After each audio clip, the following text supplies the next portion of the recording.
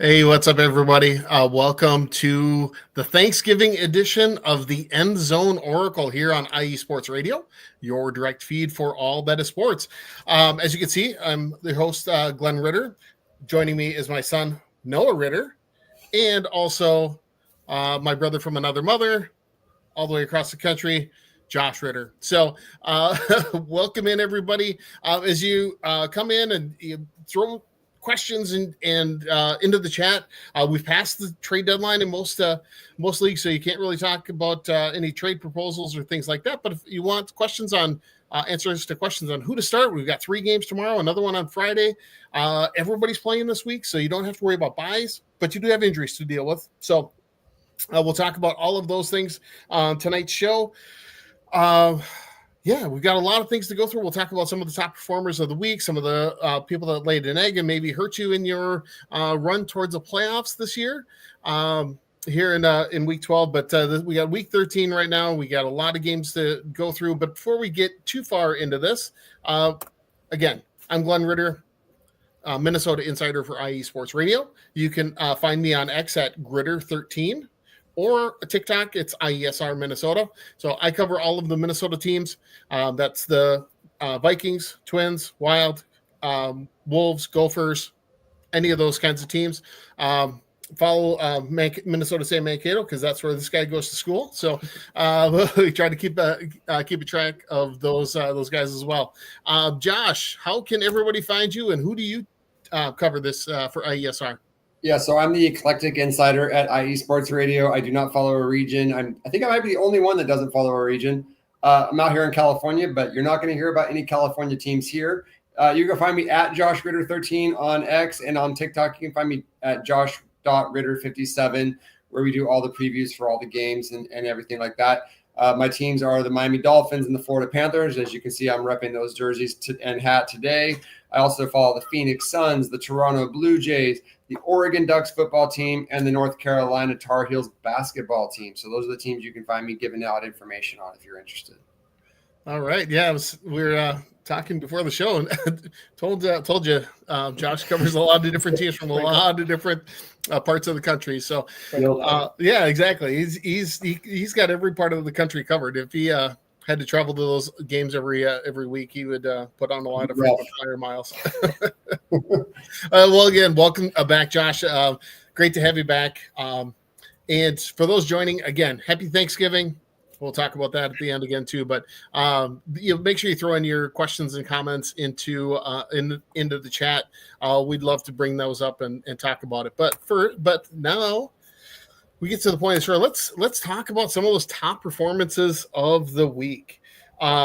So for me, I mean, when you look at the numbers, and everything we talk about is going to be based on a PPR scoring league. So kind of the standard scoring yard for point for every yard, every 10 yards rushing and receiving, point for every 20 yards passing, point per reception.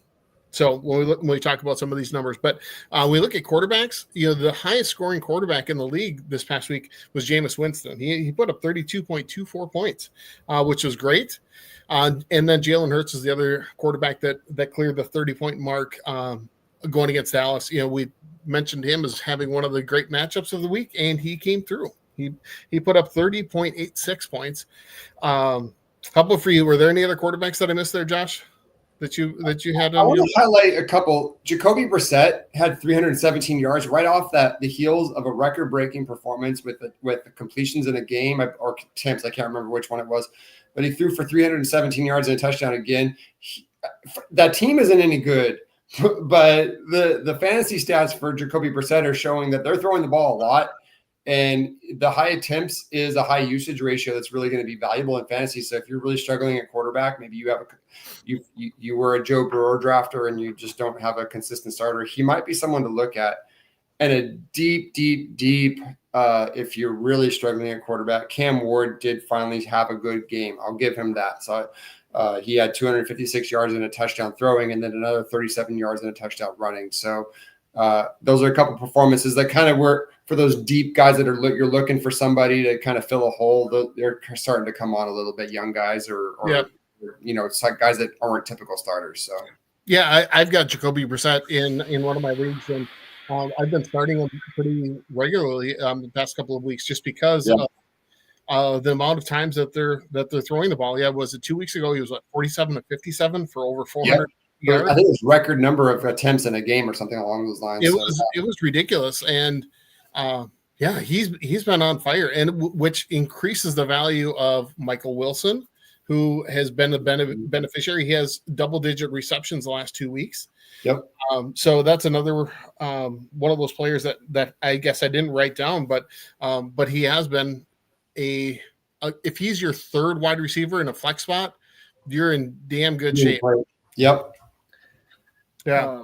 Go ahead. Sorry to jump in a little bit, but going back to Jameis Winston's performance, I have to give an apology to my friends who asked me for fantasy advice. They said Jameis Winston or Marcus Mariota, Bryce Young. I said Bryce Young. I think he's going to go off because he had Jackson Dart and was hurt. Was not expecting that kind of performance from Jameis Winston, especially an overtime loss, and I feel awful. So. It happens when you get that kind of a performance from a guy where it kind of it's out of character. The easy thing to do is to say that's not repeatable, right? And it's typically not repeatable, but here we are 2 weeks later. He's doing some great things. So. Yeah, exactly. Mm-hmm. He's well, and the thing with Jameis Winston is he's always been able to put up really big numbers. It's the interceptions that always kill him and that kills the team and sends him to the bench for teams. But when it comes to fantasy football, he's definitely worth somebody worth having on your roster. Yep. Moving over to running backs here, Brian kind of beat me to the punch. As Jahmyr Gibbs having the for sure the top performance, he was absolutely dynamite. And I was fortunate to have him in 2 of my leagues. Noah, how many leagues did you have? I also have him in 2 of my leagues. 2 leagues. Oh, Josh, how many do you have him in? How many leagues did you have? Just in 1. Okay. I think no, my wife's league, and he basically dominated the league that week. Yeah, it was crazy. He put up 55.4 points in a PPR league, which is poor Brian. Yeah, Brian said, I faced him. Yeah, I know, Brian. I had him when in our matchup, so I was the one that got you that loss there, Brian. Which I want to say I'm sorry, but I'm really far down in the standings, and so I need all the wins I can get. Sorry. But thanks, Brian. Thanks for tuning in. Brian is our New England Patriots insider, so he covers all those teams out there. Other running backs, Emmanuel Wilson really stepped in well for Josh Jacobs, even though he's facing our Vikings team. He went off for 26.5 points. So, got in the end zone, I think, twice, and just really dominated. 2 touchdowns, over 100 yards rushing. So, he had some great numbers there. Any other running backs that you were thinking about there, Josh? We got a renaissance going on here with Travis Etienne. He's finally starting to show himself as, again, the lead back for the Jags. He had 15 carries for 86 yards, and he also had a receiving touchdown. Really grateful to see that, because I have him in a couple leagues, and it's been a challenge to whether I start this guy or not. And he's starting to consistently show that they believe in him again. I don't know what the deal was early in the season, but it seems like he's the lead back again in Jacksonville, and they're winning enough games that they're going to be relevant going forward. So that's a good performance to see him get that. Yeah, that's great. Yeah, to me, ETN has always been like the Kyle Pitts of running backs, like super talented, but never really put up good numbers. Yeah, and so it's great to see him finally start to come around. I think that's a great point of how you compare him to Kyle Pitts, because year after year, I think maybe the last 3 years I bought into both of them, and they just both sit on my bench and just do nothing. So it was that's a good person to bring up, though. I appreciate that, Josh. The receivers, Jackson Smith and Jigba he's the number 1 wide receiver in the NFL, fantasy football wise. Talent wise, I think he is the best wide receiver. The other one that put up a lot of points this weekend was Wan'Dale Robinson. And I think George Pickens also had a really good week too. I don't necessarily have his points in front of me, but George Pickens he's the number 2 wide receiver stats wise in the entire NFL. So he has been a great addition to the Cowboys team. Dak Prescott's been able to rely on him. CeeDee Lamb hasn't been able to get open as much. He was hurt earlier in the year, and but Pickens has been pretty dependable all year long. So those guys were great if you've got them on your teams. Good job. You probably did well. When it comes to the tight ends, Hunter Henry was huge, and then Mr. Consistent Trey McBride is always one of the top two or three tight ends every single week, just because he catches so many passes in a PPR league. He is he's probably worth a first round pick as a tight end in a full PPR league every year, because he is just that good of a receiver. And he seems to stay healthy. Doesn't matter who the quarterback is, whether it's Kyler Murray or Jacoby Brissett, he's still getting all those touches. He might be the most consistent tight end in the league right now. Absolutely, yeah. He's somebody that no team has been able to take out of their game. Yep. You had a comment there, Noah? I did. To add another wide receiver who had a great performance, as my team, I got eliminated last week, and I scored 166 points the week after I got eliminated from the playoffs. But DJ Moore, 2 touchdowns against Pittsburgh.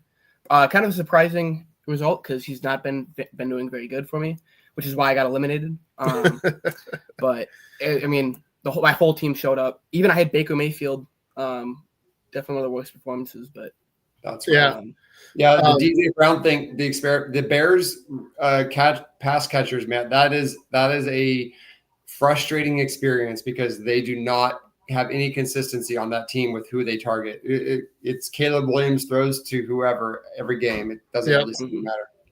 Yeah, here's another comment from Brian. Thanks again for chiming in. But he says, I don't think this is the year to double dip on running back or wide receiver in the first 2 rounds of the draft. Yeah, which running backs have, like you mentioned earlier, have had a resurgence this year, where they have been much more dominant and healthy. I think is one of the big things. I mean, especially the key players, Jonathan Taylor, Christian McCaffrey, Devon Achane, and Jahmyr Gibbs. Right? Those those 4 running backs were all pretty highly rated. They've all, knock on wood, stayed healthy this year. I don't think any of them have missed any significant time. You would know about Achane a little bit more than I would there, Josh. Yeah, he hasn't missed it. He hasn't missed any games, right? He's been like a wide receiver out of the backfield. So he's been the player for the Dolphins. Yeah.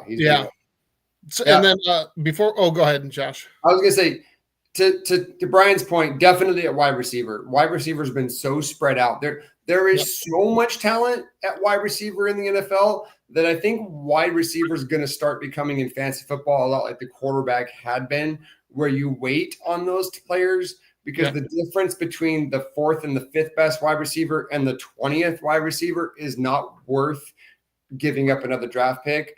But to Brian's point, if you could pick the right players, you could have double dipped at running back in rounds 1 and 2, and you'd probably be dominating your league, because there's probably 10 running backs right now that are super productive, and then there's a huge drop off. You would have had it, like if you picked a Jahmyr Gibbs and a Devon Achane, you could absolutely have done that in rounds 1 and 2 this year. Yep. You'd be dominating your league. Yep. So it's the running backs coming back, but it's not a super deep pool. It's just teams are running more. The passing statistics are way down this year.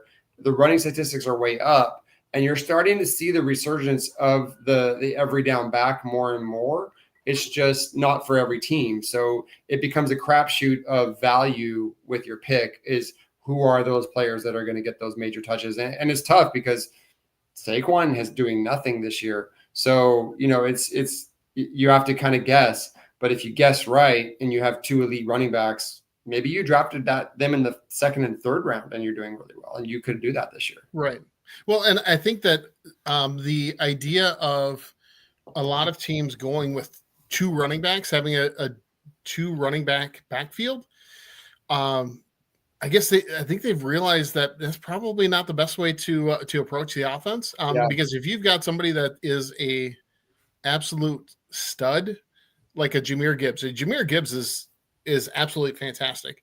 Yeah. And he catches the ball in the backfield. He can break off long runs. he gets, yeah. Does he come out of the game at the goal line for David Montgomery? Yeah. But last year it was a true timeshare. This year it's more of a 65-35 split between those two. So anyway, but getting back to some of those other top performances, defenses, looking at the Packers, obviously against the Vikings, had 8 sacks, put up a ton of points, and same with the Rams. Both of those teams put up 18 points. So again, it's based on our scoring league here. Josh, yes, please. One more. If you can pick up the Browns defense, if they're not playing an elite offense, pick up the Browns defense. And I would even recommend holding on to them because this team plays ugly games, and Myles Garrett's going to break the sack record this year. They had 10 sacks last week. And from a fantasy perspective, the team's bad, but the defense is amazing. And they're amazing from a fantasy perspective because they get tons of sacks. So that's the team that I would say you don't think about them because they're a bad team, but the defense gets fantasy points. So, I mean, Myles Garrett has had 5 sacks in 2 games that they lost. Okay. Right. So you have to think about it in terms of, they lose games and they give up some points, but if you're getting sacks, it offsets the point differential. So I would definitely be watching that team. I'm a big streamer, but that might be a team that is stream proof at this point. Yeah, I was just looking at my team in the family league here next to Noah, and I do have the Browns defense, and so I have them on the bench this week because I have I also picked up the Chargers defense, and they're playing. Oh, sorry, Jacksonville's defense. They're playing Tennessee this week. Oh yeah, Jackson. But Cleveland is playing. Playing pretty I mean, against San Francisco it might not be bad, but next week they're playing Tennessee. And so the last week before playoffs start, I want to have a good matchup there too. So sure. I do have the Browns. I think it's a great point bringing up the Browns defense. I think Myles Garrett is arguably maybe the most valuable player in football right now. I think just his defensive dominance is unbelievable. If he was on the Eagles right now, he'd be the MVP favorite right now. He's on the wrong team. Exactly. Yeah. Myles Garrett is just something else. So, all right. Any other top performers of the week that either of you want to throw out there? No. All right. Let's go to the other side of the coin, and let's talk about some of those people that really laid an egg. And starting at quarterback, it's crazy because it's really 2 of the best fantasy football quarterbacks in the league really did not perform well. That started with Josh Allen on Thursday night, where you playing against the Texans, and the Texans seem to have his number. He put up 8.12 points, and Lamar Jackson put up 7.22. Right. So I don't know if Lamar Jackson just isn't the same after he came back from that hamstring injury, but he hasn't been running and having that same explosiveness that he's had in the past. Yeah, Lamar. A little context. Last year, Christian McCaffrey destroyed my fantasy season. I think I had 6 teams, and I drafted him in 3 leagues. Mm-hmm. And then the day before, he came out and found out he wouldn't play for the first 2 months. This year, Lamar Jackson has destroyed my fantasy season. I picked him in 3 of my 8 leagues. Yeah, and it's all 3 of those teams are out of it because Lamar Jackson has been awful. Yep. And it's been so frustrating because I thought he was a sure thing. And I'm not usually someone to draft a quarterback early, but I took an exception for Lamar because he's been so healthy and such a dominant regular season quarterback. And it just hasn't happened this year. Yeah. Yeah. It has been a tough road to hoe, I guess, for Lamar Jackson owners. Any other quarterbacks that you think that you had? I know he's not a very popular fantasy quarterback because he's not been good. But as a Vikings fan, I have a personal hatred right now towards 9. JJ McCarthy. I didn't even turn the game on, but just seeing the highlights. Yeah. Well, I'll make you feel better, Noah. I'll make you feel better. My other one is, what is going on with Jordan Love? Oh yeah. It is. I know it's a division rival for you guys, but he does not look like the same quarterback that we thought he was going to be a year ago. It's just not working. Well, I have never been a huge Jordan Love fan. I mean, I always recognized the talent when it came to Favre and Rodgers. I just don't see that same kind of talent from Jordan Love. Yeah. And for him to get a $55 million a year contract seems like it's going to bite them in the rear end, because he does. I don't think he has that it factor that those other guys did. Apparently not. Yeah. And so I don't know, but again, I don't want to just seem like I'm a biased Minnesota Vikings fan. Not looking good. Because I just don't see it from him. But anyway, so some of the other running backs that really, I think, laid an egg this past week. DeAndre Swift only had like 1.9 points, so I think he might have had a lost fumble in there. But Chicago wasn't able to get the running game going against the Steelers. And then also, they won, but it was in spite of their ability to run the ball rather than because of it. And then Rachaad White and Sean Tucker really did not pick up that pace for the Buccaneers. I thought that was going to be a good matchup. If Bucky Irving was healthy, we'd say start him. But they combined to score 10.8 points. One had Rachaad White had 5.2, Tucker had 5.6. It's just you need more out of your running game. Anyway, that was for me. And I think you and I talked a couple of weeks ago about how the Rams have kind of become a pass first team. Mm-hmm. And Kyren Williams only had 5.8 points, and they had a great performance as a team. Yeah. And so I just feel like they've kind of decided we're a pass first team. Matt Stafford is an MVP candidate. He's playing great. Yep. They're just not emphasizing the run anymore. So Kyren Williams is a dangerous play, which is frustrating because he's a first-round draft pick if you have him. Most likely, most of us either a late first or early second. Yeah, so in most leagues, I know I'm dealing with that with the league, and I'm sure most of you are out there. It's frustrating because the team is performing great. It's just not through the running game. Right. Yeah.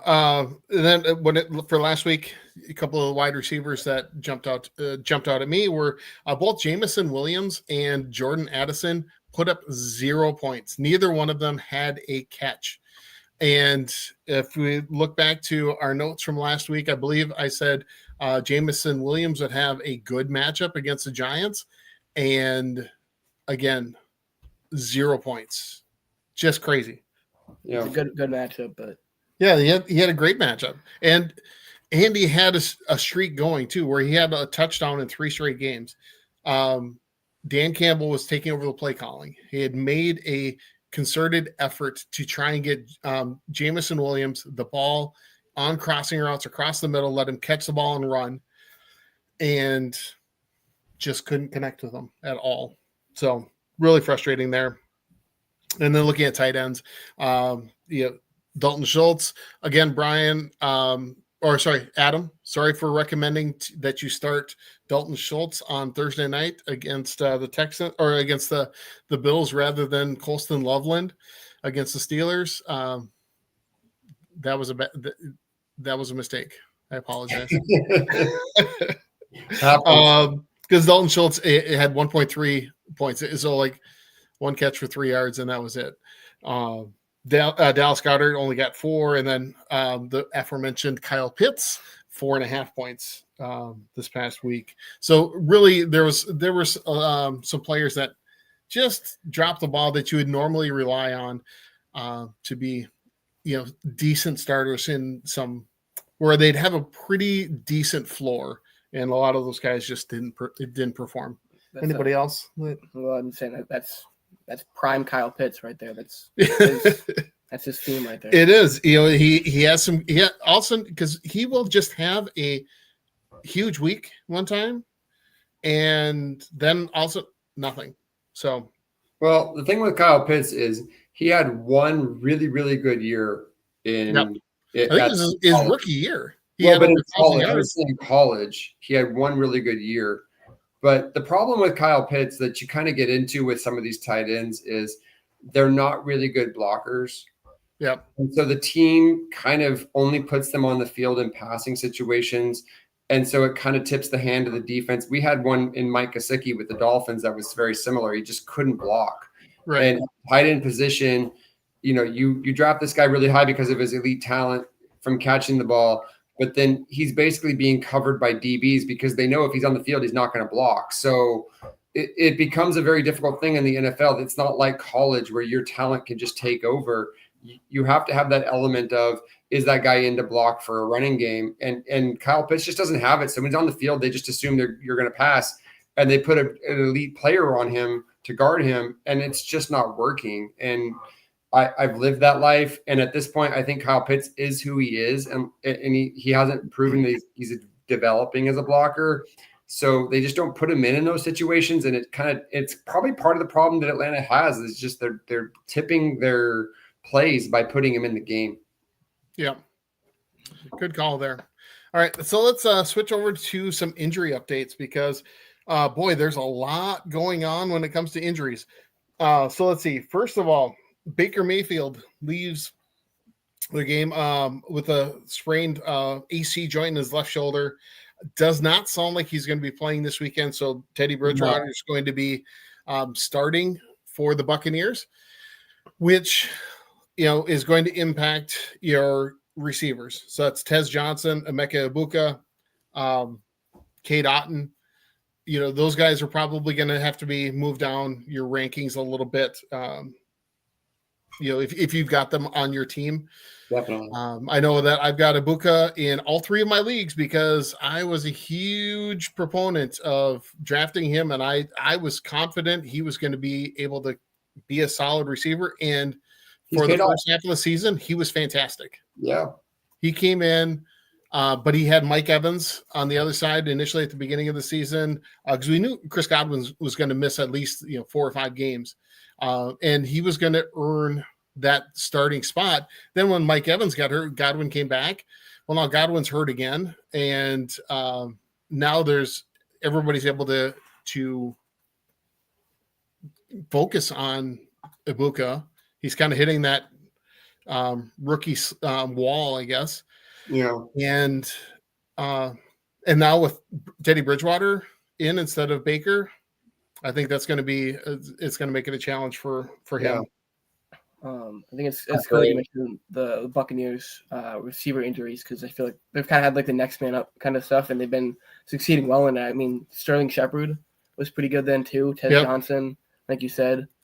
I feel like they've fought a lot of injuries, but stayed pretty good this season, I think.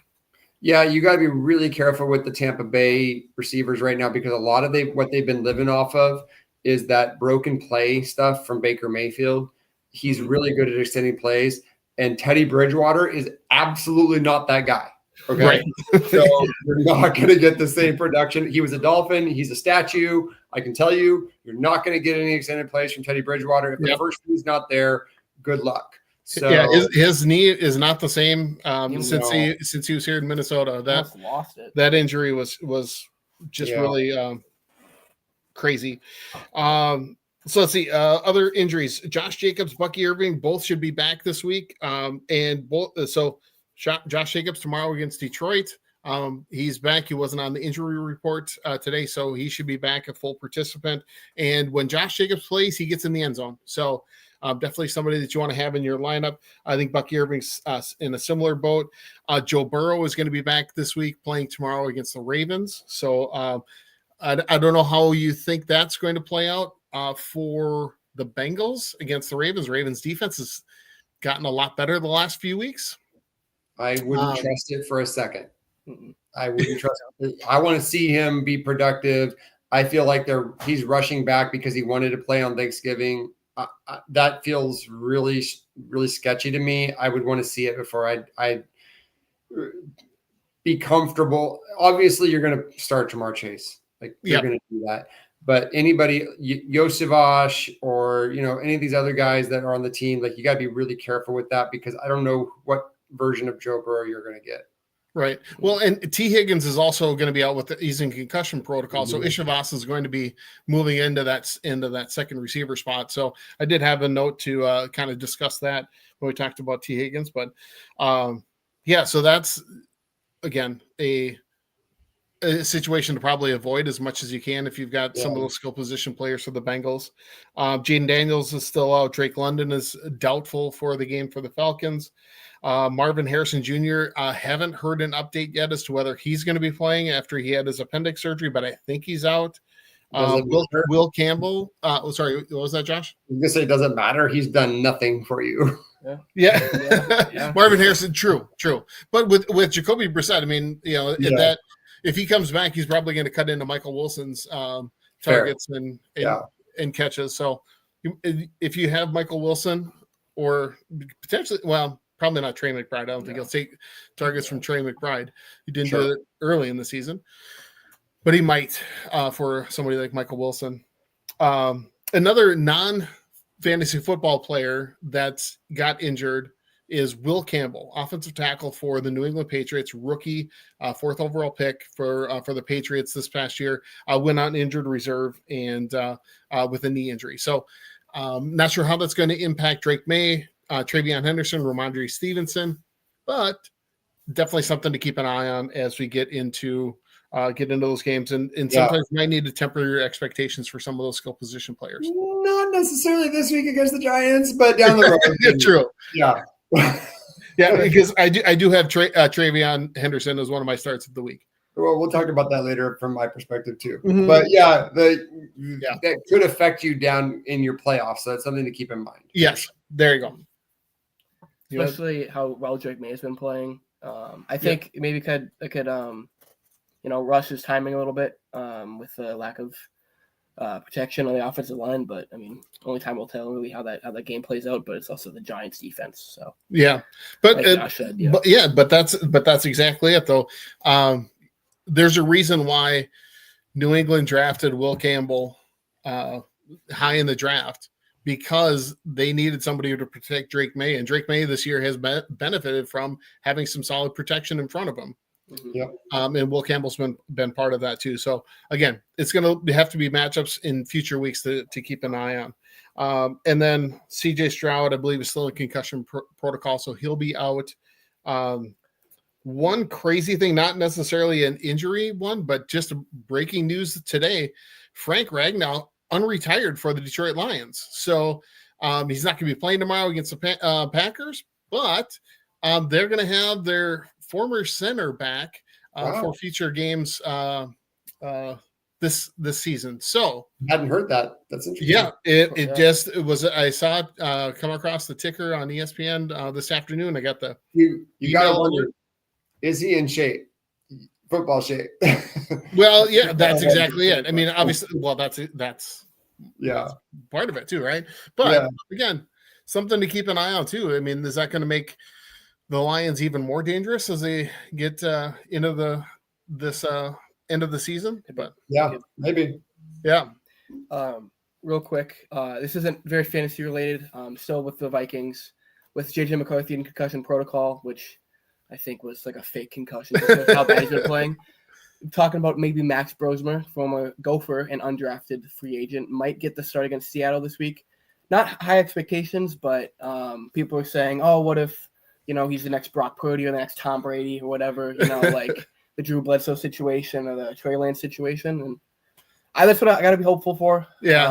I'll tell you, for every Brock Purdy, there's 352 Cleo Lemons, and you probably don't remember him. I do. No, your son. Remember him. Yeah, you and Cleo Lemon with the Dolphins. Yeah. So there's a ton of those for every Brock Purdy, and there's always hope, but don't put a lot of stock in. Yeah. No, he's a good player for the Gophers. He looked solid in the preseason games, but that was going against the second and third string defensive players, and Seattle's not a second and third team defensive players. So it's going to be a rough game for the Vikings, in my opinion, but I'll record that later with a preview. Yes, I feel at least we'll see him play. I think he's going to be probably a little bit less gun shy than JJ McCarthy was. It's hard not to be. Yeah, exactly. He's been It's been rough. It's been a rough season for him. So, all right. So let's talk about some of those waiver wire guys to pick up some targets for this week. So again, if you don't already have Jameis Winston or Jacoby Brissett on your roster and you have a spot for a quarterback, add those two. Another one that I think played really well, but is somebody to keep an eye on. Maybe not add him to your roster, but it's Shedeur Sanders. He did fairly well against the Raiders, but again, it's against the Raiders. So you got to take that with a grain of salt. But he had some good throws for the Browns. Again, it probably wouldn't be. It's somebody to think about adding to your roster, but not necessarily. I wouldn't do it. I just kind of, sometimes you can just say I'm interested in this guy and kind of flag him for later to just keep an eye on him. Do that with him. He's better in fantasy than he is if you're a fan of the Browns. What I'll say is he's a risk taker. Yep. And that can lead, because remember, in fantasy football, the upside of a big long touchdown is higher than the downside of an interception. You're probably going to get an interception or two with Shedeur Sanders, but you're also going to get probably a big play once or twice a game with him. Watching him for a couple games, he's a lot more of an upside than Dylan Gabriel has been. Yeah. And he at least gives you that chance of a big play. So if you have a league with bonus points for long touchdowns, Shedeur has more value to you than he probably would in a regular league, because I think he takes too many chances and it will bite him, but it also will pay off once in a while. And you saw it with that long throw that he had in that game where it was a highlight reel throw. He's got it in him. He just can't be consistent. So to your point, I'm a little maybe even a little bit more bullish on Shedeur Sanders than you are. I think you could roster him as your backup, and if your primary gets hurt, it's someone that you could throw in there and just kind of hope and prayer that he gives you a 20, 25 point week, because he has that in him. Well, and I would say too that Shedeur Sanders kind of reminds me of a young Jameis Winston. Yeah. Really, to be honest, because he has some of those same traits. He's got a big arm. Yeah, he can make some plays, make some big plays, but can also make some boneheaded plays at the same time. So, all of those guys are definitely worth adding to your rosters. For the running back position, obviously, with Josh Jacobs being out last week, probably everybody picked up Emmanuel Wilson, but if he's out there, is worth picking up just in case Josh Jacobs gets hurt again. So kind of that handcuff type position. Kareem Hunt has filled in nicely for Isaiah Pacheco, but Pacheco is going to be back this week. So again, probably temper your expectations for Kareem Hunt. Devin Neal, running back for the Saints. Alvin Kamara tweaked his knee, left the game last week, I believe. Not sure if he's going to be playing, but he shouldn't. The Saints aren't playing for anything. Why continue to have this guy get beat up game after game for things that don't matter? Look to the future. Get Devin Neal a lot of playing time. He is going to be a solid running back for them, provided the offense is able to get some first downs and keep drives going. Yep. And then the other running back that I think should be picked up as well, if you don't already have them, is Chris Rodriguez Jr. for the Washington Commanders. When it comes to receivers, pick it John Mechie for the Jets. Again, Jets receiver, really? He has actually been a pretty good receiver for them. Him and Adonai Mitchell are the two main threats for the Jets. Tyrod Taylor's a much better quarterback than Justin Fields, and Taylor's going to be in there. He's competent. The difference between those two, Mechie catches the ball. He doesn't have the drops that Mitchell does. So if you are in a bind, need a receiver, John Mechie, somebody that would be worth a roster spot. Christian Watson, to me, he is the only consistent wide receiver for Green Bay that you can have in your lineup on a week-to-week basis. He was targeted in over 30% of the pass plays by the Packers, more than Romeo Doubs, more than anybody else. He's somebody, and he's been pretty dependable. And then we talked a little bit about Andre Ishavas for Cincinnati, with T. Higgins being out with a concussion. Again, might be worth picking up. And you talked earlier about Cam Ward. How about the rookie wide receiver from Florida, Chimere Dike? I think that's how his name is pronounced. Yep. Okay. He had a great game as well too. So I think he's going to be one of those main targets for Cam Ward going forward for the rest of the season. Again, they don't have a lot to play for, but these young guys are going to be getting a lot of attention, a lot of play. So they're going to be throwing the ball a lot. They're going to be getting in those targets. Yep. They're going to be trying to build that rapport and that rhythm during these last few games of the season in preparation for next year. Yep. And then when it comes to tight ends, Colston Loveland, again, he has totally passed up Cole Kmet as the number one tight end for the Bears. And then Brendan Strange for the Jaguars is actually been a pretty dependable tight end. He was injured for a few weeks, came back and had like 5 or 6 catches for about 50 yards. For a tight end, that's fantastic. Sure. Definitely worth rostering and starting if your main tight end is Kyle Pitts. Yep. or is injured or something like that. Right. He's definitely worth a roster spot if you need a backup tight end. I don't know if you've got a tight end that's on a bye in week 14, because we don't have any buys this week, but if your tight end is on a bye in week 14, definitely somebody that you could pick up and have on your roster. And let's see, as far as handcuffs go, already talked a little bit about this. Brian Robinson for San Francisco, backup CMC, just in case he gets hurt. And then Kareem Hunt is definitely somebody to have there too. So, all right, we are really far into the show. Let's take a quick break. We'll come back and we'll talk some more about who to start, who to bench, panic or patience. We'll go through that segment. If you got any matchup questions, anything to throw in, please throw that into the chat, and we'll be back in probably about 3 minutes. You're watching the End Zone Oracle here on IE Sports Radio, your direct feed for all that is sports.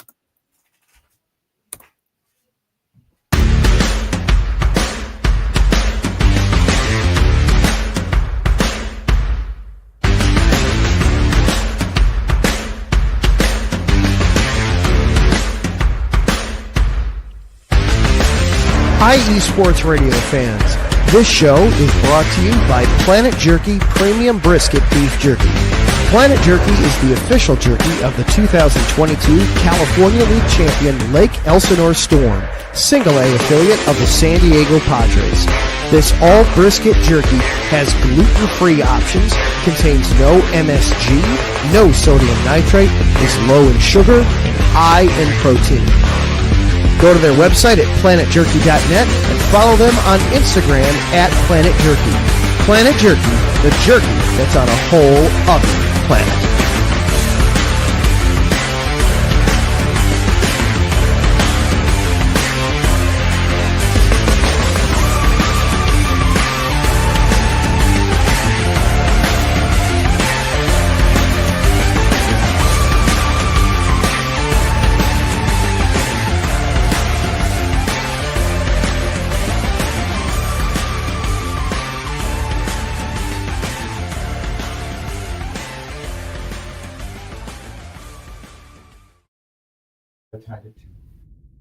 Rise and shine.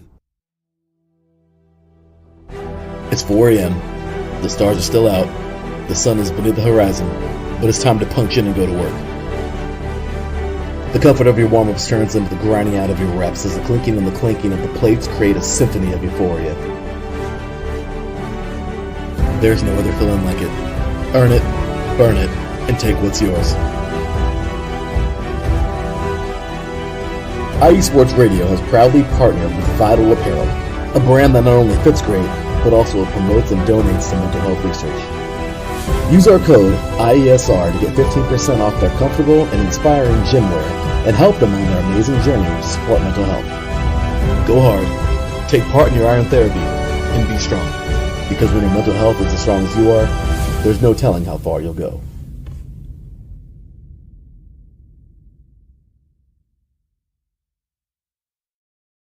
All right. Welcome back to the End Zone Oracle here on IE Sports Radio, your direct feed for all that is sports. Noah had to leave, so I'm back by myself again. So we're down to just 2 writers for the rest of the show. But don't worry, we got it all under control. All right. Before we get back into the show, check out our sponsors, please. Planet Jerky Premium Brisket Beef Jerky. Absolutely fantastic product. Just got another delivery today. Got 3 bags, 3 family-size bags to have, again, here at home or at when I get back to work on Monday. So check them out. It's just fantastic jerky. It's a great, high-quality product. It's a great protein source. You can just munch on it. Helps get you through the mid-morning after breakfast, before lunch. You need a little get a little pep to get you through the day, and then same thing in the afternoon to get you through the rest of your afternoon. If you're sitting at a desk like I am, I always need some of that little quick energy. And then also Vital Apparel, great comfortable workout gear. Use the code IESR and receive a 15% off code. So again, great workout gear. And some of the proceeds go to help support mental health initiatives in this country. So it's a great product, great company, great initiative, and definitely worth your time and to give them your business, right? Help take care of them so that they can take care of others. And then again, you're doing that to get yourself in better shape. That's great, right? That's what you should be. We should be doing. So, anyway, again, thank you all for getting back here. I do have a question that came in actually from my coworker. Do you start Jared Goff or Josh Allen at quarterback this week? You got Goff going against Green Bay, and Josh Allen is going against – who's he going against this week? Pittsburgh and Pittsburgh. Pittsburgh. Yeah. Which direction would you go? Well, when you look at them, the Green Bay and the Pittsburgh defenses kind of wash each other out. They're both pretty much about the same level.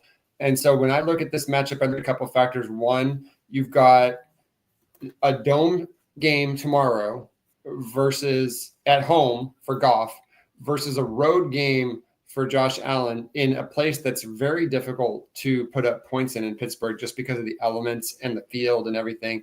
So while they're 2 similar quarterbacks from a fantasy perspective, maybe you lean Allen in a vacuum. In the matchups of this week, I'd probably lean Goff. I feel like Detroit really desperately is going to need this game against the Packers to solidify themselves in the NFC North. And I think that Goff's going to put up a good performance and at least going to score a lot. So I would probably lean Goff. Okay, yeah. And although, I mean, I think we had this conversation last week. It was like you talk about Josh Allen when he has a down week, the following week he comes back like just he comes on like a madman. So it's going to be a tough choice. I'd have to go back and do some noodling on those past defenses, look at what the weather forecast is in Pittsburgh, because I think that plays a factor. But it's tough when you have to make a decision tonight for the first game tomorrow on your backup quarterback, potential backup quarterback or starter, right? I would be looking at the wind forecast for Pittsburgh on Sunday. I don't have it in front of me, so don't hold me to one way or the other. But if it's forecast to be over 10-mile-an-hour winds in Pittsburgh, the wind swirls in that stadium weird. Yep. So and Josh Allen has a strong arm, but I'd rather have a guy in a dome throwing the football over someone throwing in 10-plus-mile-an-hour winds in Pittsburgh. So just keep that in mind. This late in the season, weather has a big factor in these matchups. Yeah. I'll think about it and get back to my coworker there. So, all right. So let's switch over to our next segment. Start, sit, and quit. So for me, I decided to look at the wide receiver position. and to look at some of the younger wide receivers that are out there in the league. So for me, I looked, Ted McMillan. He's somebody that you got to start. He is really coming into his own for the Carolina Panthers.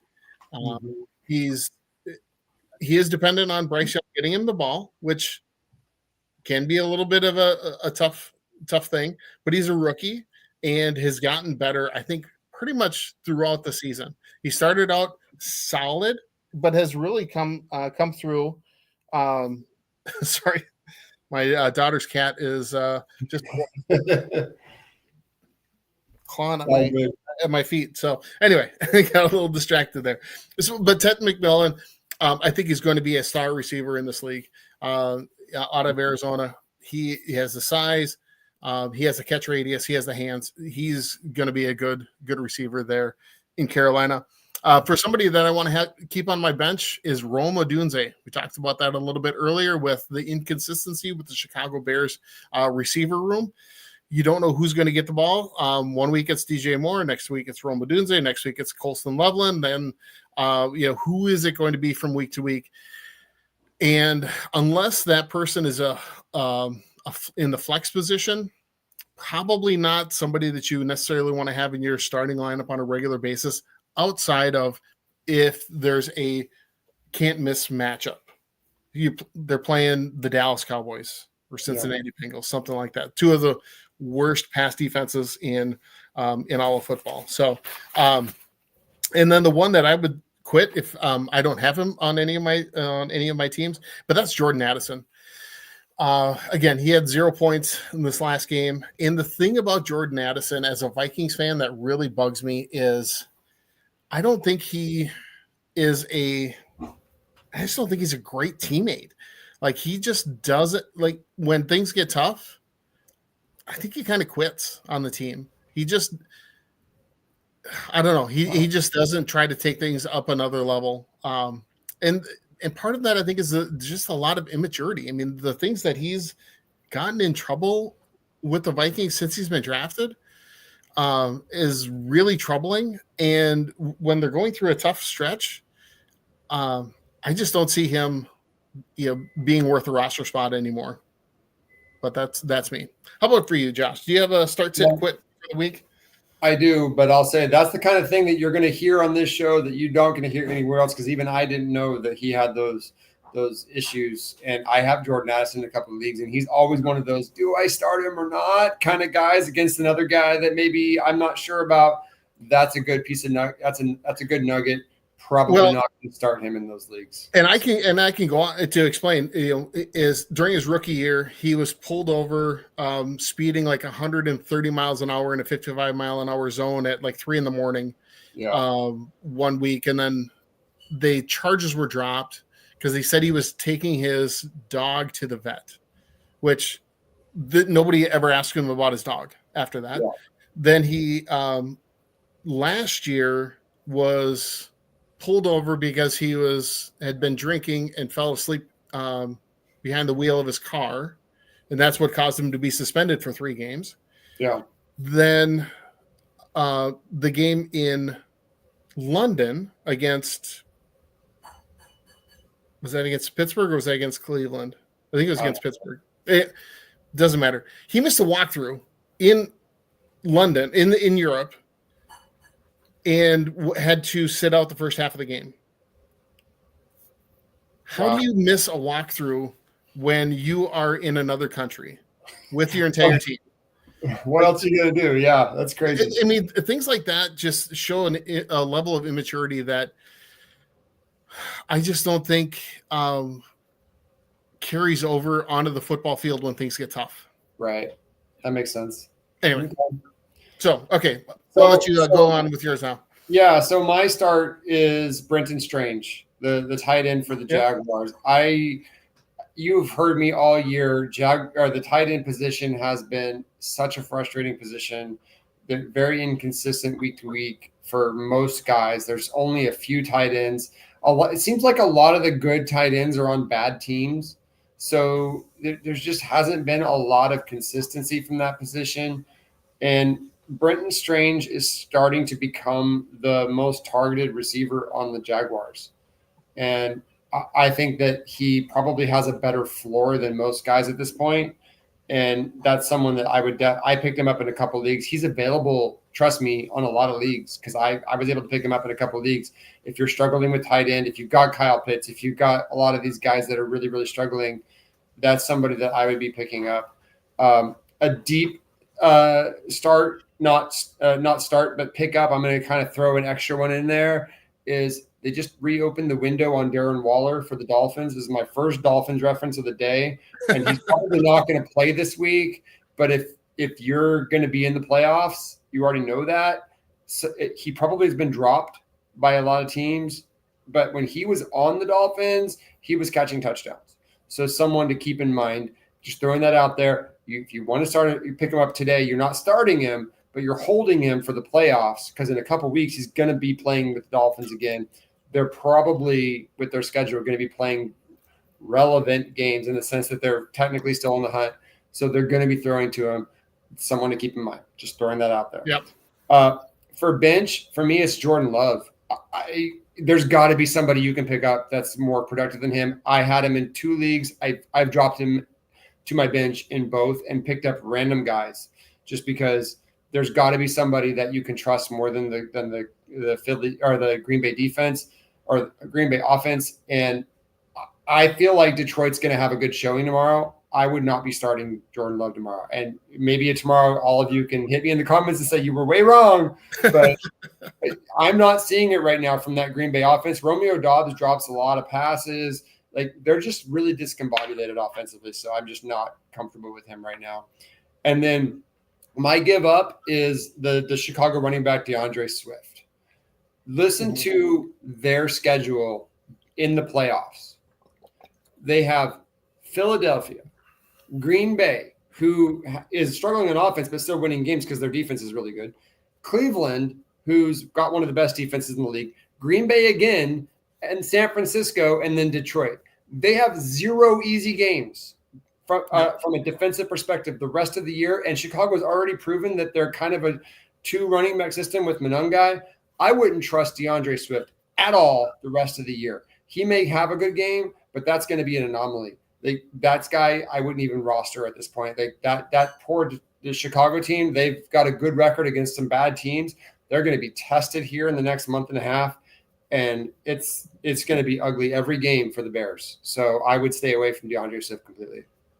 Well, that's a great point. What are your thoughts on Kyle Monangai though?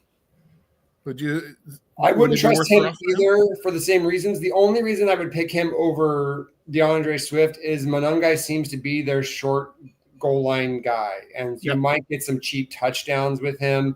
Whereas with DeAndre Swift, they're trying to get a home run with him, and the defenses they play just don't let that happen. So there's no value there. Monangai has some low-end value, but again, if you have a better option, I would go with it.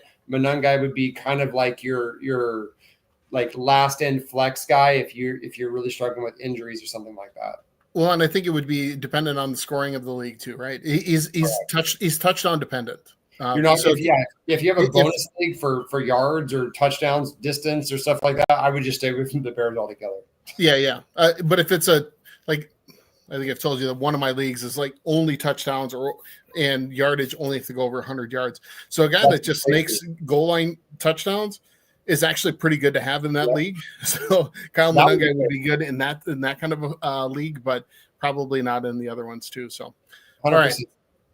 All right, great. Let's talk a little bit about some panic or patience when it comes to some of the fantasy football stars in our league, in fantasy football in general. So 2 that I wanted to discuss are Emeka Egbuka and Justin Jefferson.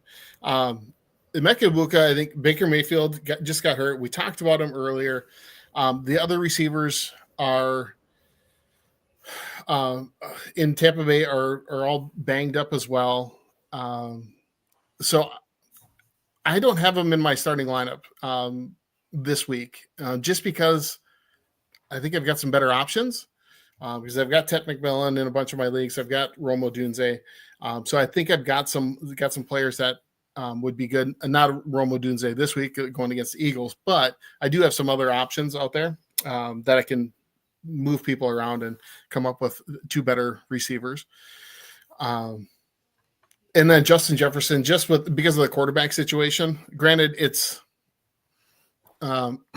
impossible to really bench him. Yeah. But at the same time, I don't know how much you can't really go into any week expecting him to do anything outstanding. I mean, he's only got 2 touchdowns this year. Yeah. And just the quarterback inconsistency and the not knowing what's going to happen at the quarterback position is somebody that leads me to say I would if I had him. Thankfully I didn't draft him in any of my leagues, but I would probably put him on the bench unless you absolutely have nobody else. But there's so many wide receivers out there that will put up a decent number of points, especially in Seattle. That's such a hard matchup. Yeah. With undrafted rookie quarterback. And maybe they're looking at Max Brosmer and saying, just throw it to JJ and see what happens. And you might get a good round out of that, but you can't bet on that. Seattle's been so good all year, and this kid's getting lost. Yeah. And with JJ, the other thing with Justin Jefferson, is he gets double teamed on every single play. It's not like any other receivers out there are striking fear in the opposing defenses. They know that the guy that's going to beat them, if anybody through the air, it's going to be Justin Jefferson.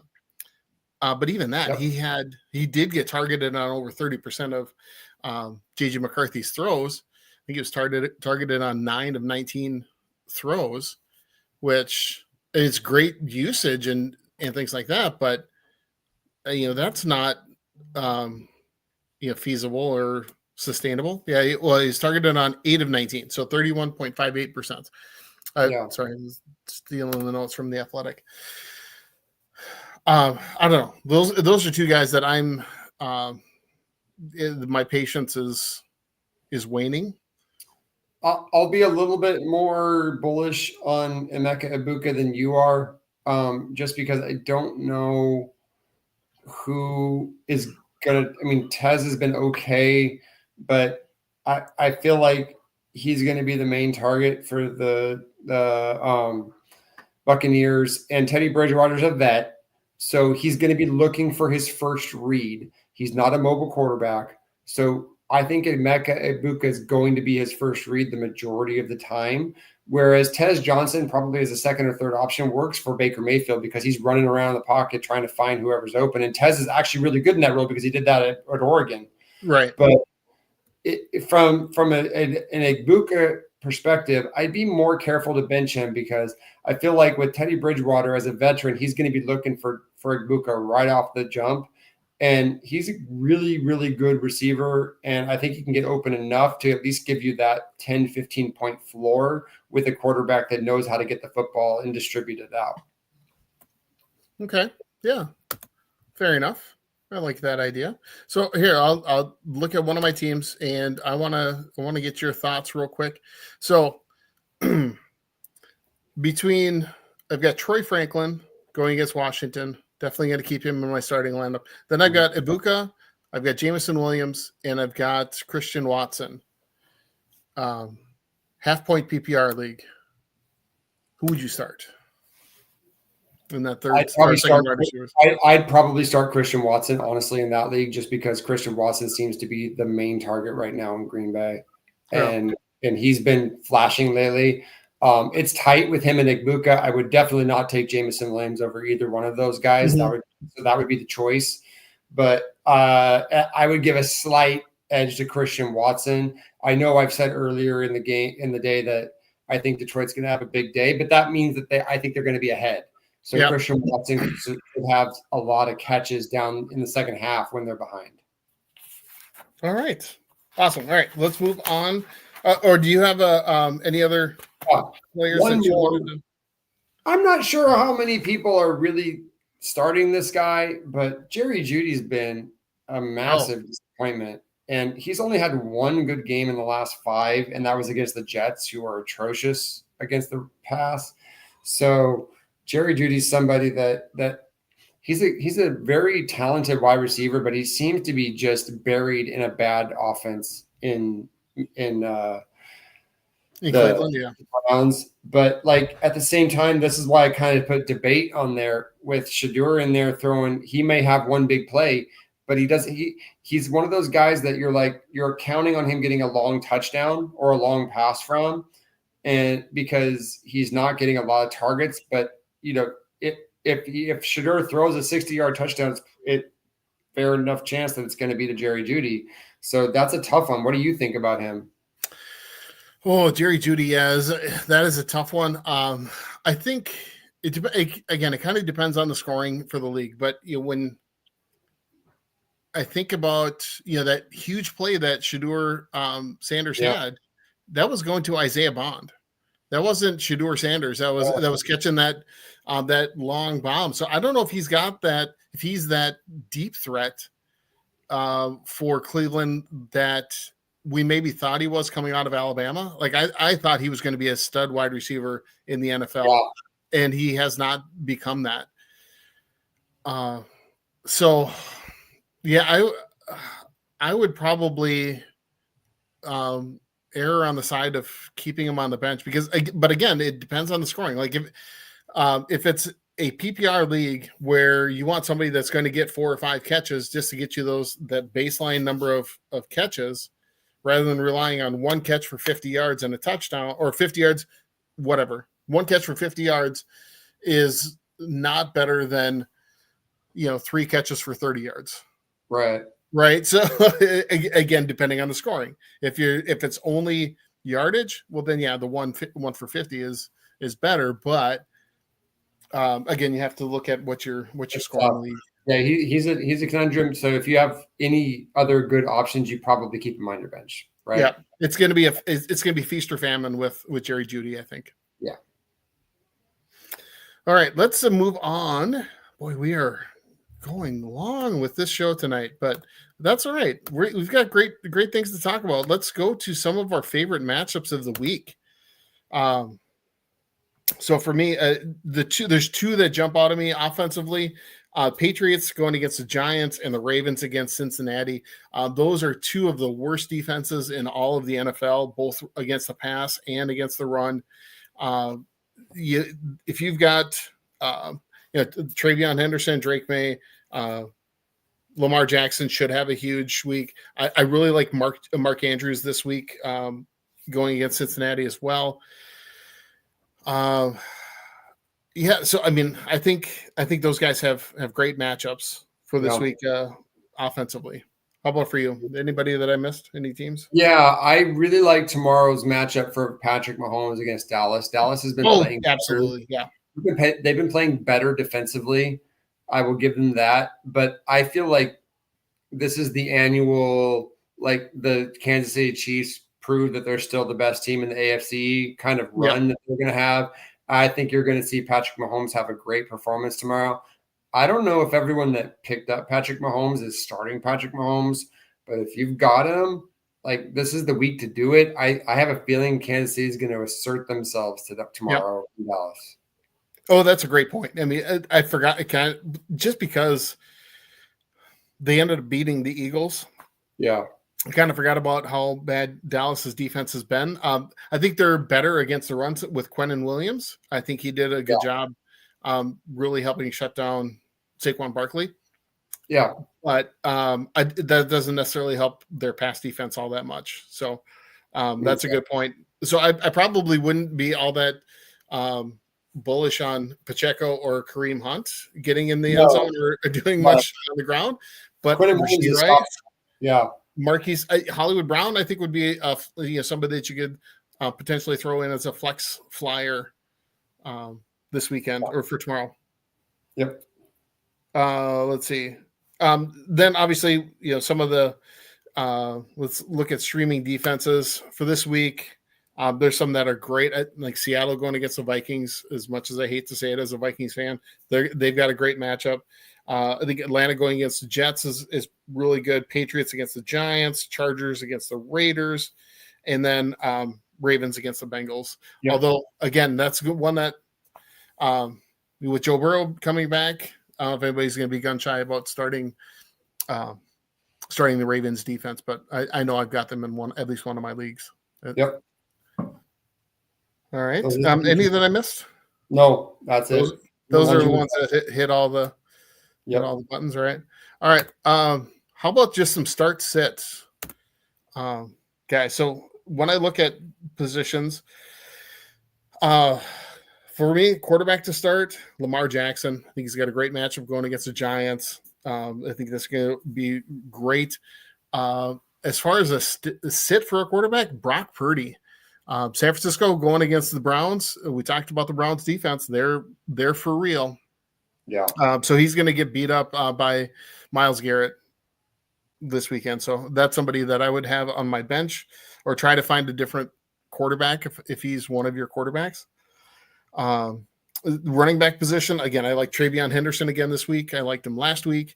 He didn't put up the numbers that I thought he was going to last week, but he did get into the end zone. And I think he's going to have a much better week this going against the Giants, even though Ramondre Stevenson is back and has kind of reclaimed that goal line carry role. But the Giants are giving up 5.9 yards per carry this season. Yeah, and that's for now. I don't think that Ramondre Stevenson is going to maintain that very long. Yeah. He's too valuable. Travion Henderson is too valuable. His floor is so high. You can just plug him in. You know you're going to get 10 to 15 points baseline. Yeah. Yeah, the running back I have to sit is Aaron Jones. When it comes to wide receivers, who to start, I have Rashee Rice going against Dallas tomorrow. I think it's going to be a great matchup. And then I would sit Michael Pittman for Indianapolis going against – I didn't write that one down. Who are they playing? They're playing the Texans this week. Yeah, the Texans' pass defense has still been really, really good this year. Yeah. Then when it comes to tight ends, I have the start for me is Mark Andrews, and the bench is Brock Bowers with the Raiders. Just the Raiders are a little bit in shambles, and they're going against the Chargers, who have a really good pass defense as well. I can feel so bad for Brock Bowers being wasted. His talent's just being wasted over there. Yep. Sorry, Larry. Well, and the tough part is, like, he was so good last year that so many people drafted him as their number one tight end. Yeah. In most leagues that have a mandatory tight end, and it blew up in their faces. If you take a Brock Bowers in like the third or fourth round as your number one tight end, he hasn't done much all year. So if you put him on Kansas City or some of those offenses like that, he'd be not just the number one tight end, he might be the number one fantasy player. He's so talented. It's just he is there. Yeah, wasted. Sad. All right. Do you have any other starter sits for? No, those are the right ones. I would. Yeah, I love the Mark Andrews one. I think that they're going to have a good day. So I think that's a good start. And the Aaron Jones one is a conundrum. I don't know what's going on there. So you know more than I do. But well, he's been much better since he came back from that hamstring injury. He's got some pop in his runs. He's been able to get through the hole on a lot of running plays. Yeah, he doesn't have the distance, the burst to go 50 yards, but he can turn a 5-yard run into a 10 or 12-yard run, which is good. But I just don't see them being able to be able to move the ball much at all against Seattle this weekend. Right. Even though I have to pick them to win in our in our pick 'em contest with Right. IE Sports Radio. But yeah, I just don't see them really keeping it that close. Yep. So that was one of those I didn't like to do. But anyway, all right. So that is almost the end of our show. Just wanted to go through and let's just go through how your teams did this week. And I want to go through mine, but I want you to go through yours and just give a little bit of a breakdown because you're in 8 leagues. Yeah. How many did you win this week? And where are you at?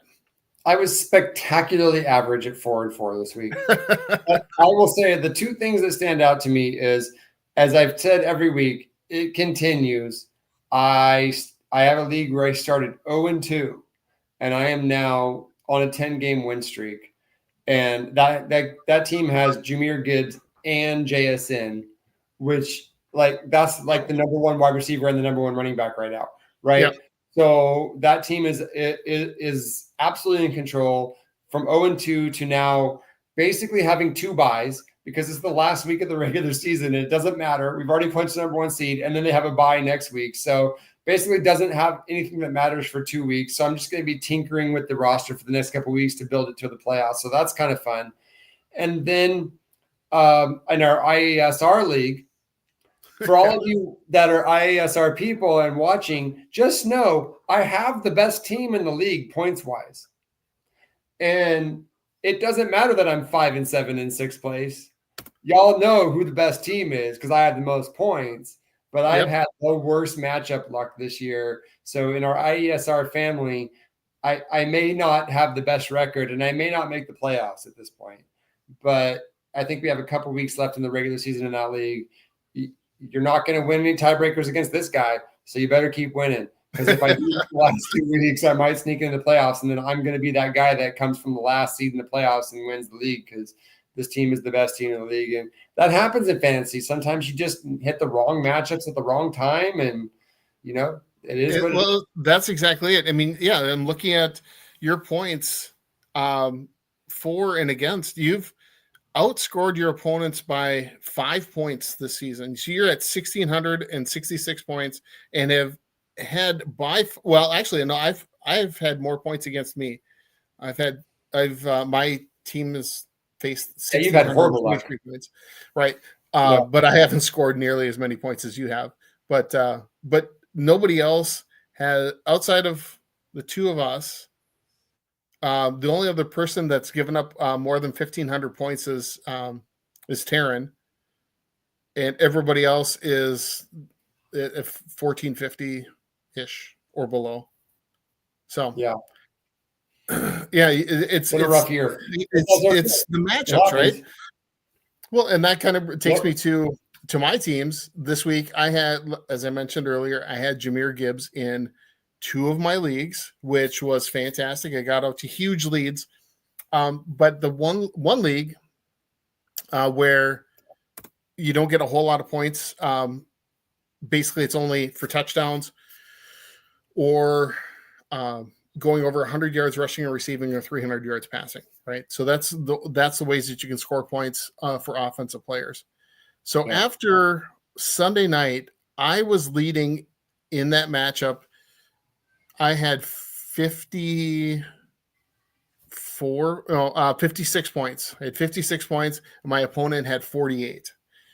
Going into Monday night, I had Ted McMillan, and he had Christian McCaffrey. So we had by far the 2 highest points in the league, and it came down to it. If he had scored, he got a Christian McCaffrey touchdown and went over 100 yards rushing, he would have gotten 9 points and beat me 57-56. Yeah. Thankfully, he scored a touchdown but didn't go over 100 yards. But then Ted McMillan scored a touchdown for me, which put me over the top. And so I got that win. In the IESR league, Brian mentioned earlier, we faced off against each other, and I beat him rather handily. But in my family league, I had a close matchup. And going into the Monday night's game, I think I had a small lead. And I had Christian McCaffrey going. He had Brock Purdy and Juwan Jennings. with 2 minutes to go in the game, we were tied. We had exactly the same points. Wow. Let's go to. I got to look at it here just because it was just bugged me. I was didn't have a huge week. I was at 73.42 points, and he was at 73.42 points as well. 4th and 1 at the 2-minute warning. Brock Purdy quarterback sneak for 3 yards. He takes a 0.3, 0.3 of a point lead on me. Then Brock Purdy takes a knee to kill the clock, takes another knee to kill the clock, and I lose by 1 yard. So the final comes out at 73.52 to 73.42. Oh, that's rough. And gets me another loss in that league, and I'm sitting in 4th place. If I had won, I'd be in 2nd place. The bad beats of all bad beats. That is a bad beat. Although this is the same guy that lost a few weeks ago by 4/100ths of a point. Where he lost by a passing yard. Yeah. So I guess it all comes around. He had a bad beat earlier. He hands a bad beat to me. So there you go. That all happens. Anyway, so what's that? Fantasy football in a nutshell. Exactly. That's what happens. Anyway, all right. Well, Josh, thank you so much for being here again. Have a wonderful Thanksgiving, everyone out there. Enjoy time with your families. Enjoy some football. Enjoy a feast tomorrow. Hopefully, you all do something like that. Be sure to be back here next week on the End Zone Oracle here with Josh Ritter, myself, Glen Ritter, and also, actually, before I get too far into the thank yous and stuff like that, make sure to follow us on the whole IE Sports Radio family. Follow us on X, Instagram, Facebook, TikTok, YouTube. All of our shows, previous shows, you can always watch them on YouTube. Go to the on the YouTube and then search for IE Sports Radio. You'll be able to find all of the shows across the country that we have. We have a hockey show. We have a football show with the 3rd and Out. We have a baseball show. We have a basketball show, fantasy football show. There's a soccer show. Just check them out. You can watch any of the episodes. Got great hosts from all across the country. We got great insiders as well. But go check those out and like and subscribe and support all of us on that social media page. It does wonders for us. So we appreciate you all tuning in. Again, have a wonderful Thanksgiving, and we'll see you next week here on the End Zone Oracle here on IE Sports Radio, your direct feed for all the sports. Happy Thanksgiving, guys. Take care. Happy Thanksgiving.